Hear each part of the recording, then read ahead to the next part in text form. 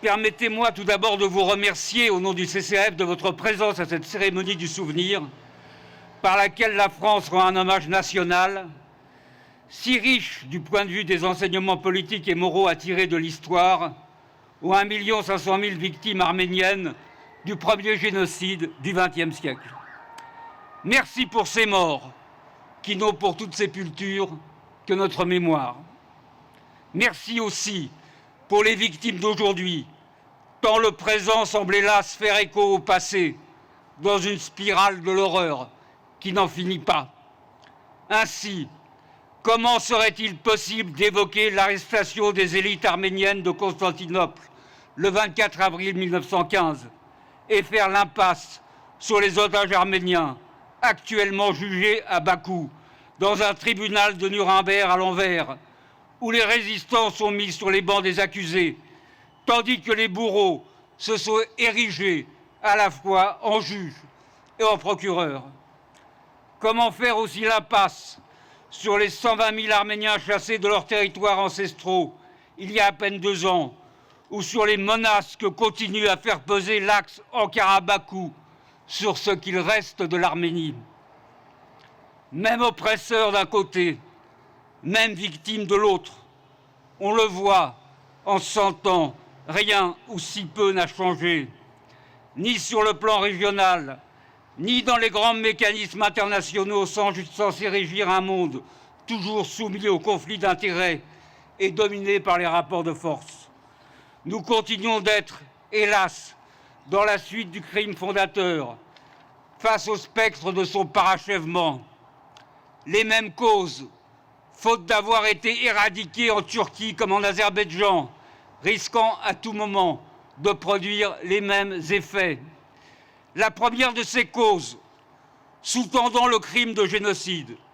est bien sûr le racisme d'État. Celui-là même qu'a identifié et condamné la Cour internationale de justice dans une ordonnance rendue contre l'Azerbaïdjan le 7 décembre 2021. Un pays où les Arméniens chassés de leurs terres comme des chiens ont été de surcroît exhibés sous les traits de mannequins grimaçants et hideux dans le parc des trophées de Bakou. De ce point de vue-là, le régime Aliyev s'inscrit bien dans la grande tradition turco-ottomane qui, pendant des siècles, a discriminé et humilié les chrétiens, ainsi d'ailleurs que les juifs, ravalés à un statut de sous-citoyen, celui de dhimmi, synonyme de droit restreint et de soumission. Un héritage qui perdure en Azerbaïdjan comme en Turquie, où les Arméniens, objets d'une haine permanente, vivent en sursis, dans la crainte de récidive, alors que le mausolée de Talaat Pacha continue de trôner au sommet de la colline de la Liberté, à Istanbul. Mais ce racisme n'aurait sans doute pas les mêmes conséquences s'il ne prospérait sur cet autre fléau, le totalitarisme, présent dans l'ADN de l'Empire ottoman et qui règne en maître en Azerbaïdjan, classé 163e sur 180 pays pour la liberté de la presse, et sur la pente duquel continue de dériver la République de Turquie, comme en témoigne la répression récurrente contre les Kurdes, les minorités, les emprisonnements des hautes personnalités politiques de l'opposition, à l'instar du maire d'Istanbul ou de M. Demirtas, coprésident du DEM, parti de l'égalité et de la démocratie des peuples.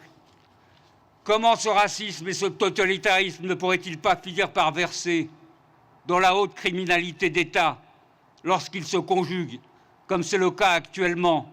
avec l'ultranationalisme, cette hubris qui exalte le fanatisme, l'impérialisme, les rêves de grandeur, de conquête, d'asservissement et de mort. C'est sur cette idéologie, le panturquisme,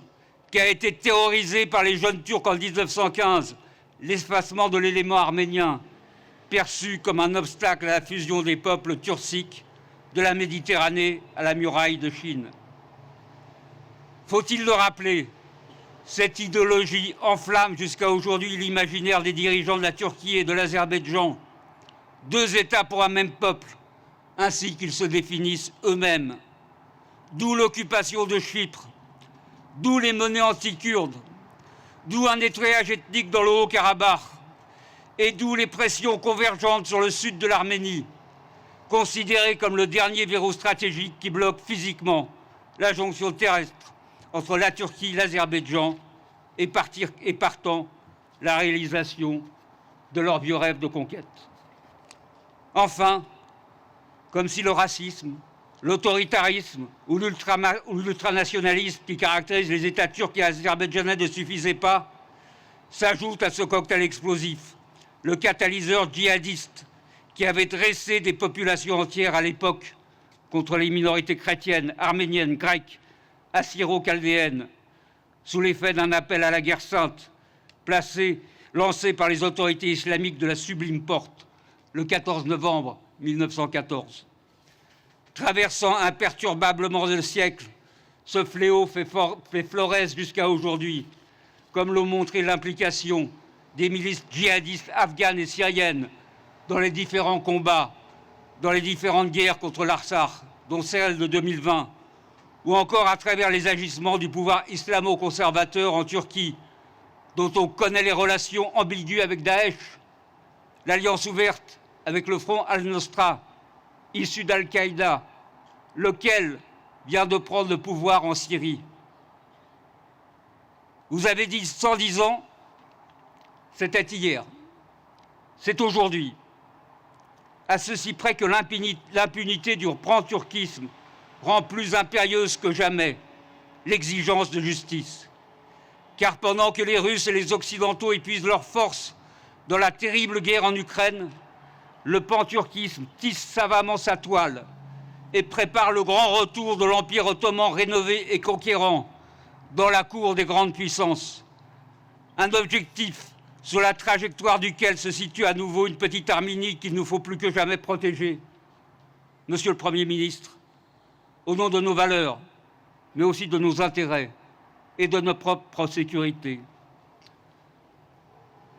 On le voit, rarement cette commémoration ne nous aura renvoyé avec autant de force aux enjeux du présent, que ce soit pour l'Arménie, pour l'Europe, pour l'idéal démocratique, dont les destins sont plus que jamais liés.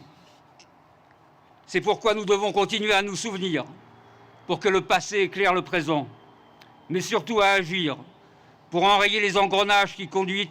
conduisent à l'effarante répétition de l'irréparable et mettre enfin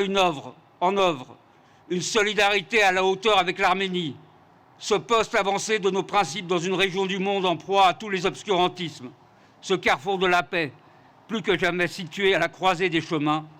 entre la civilisation et la barbarie. Je vous remercie.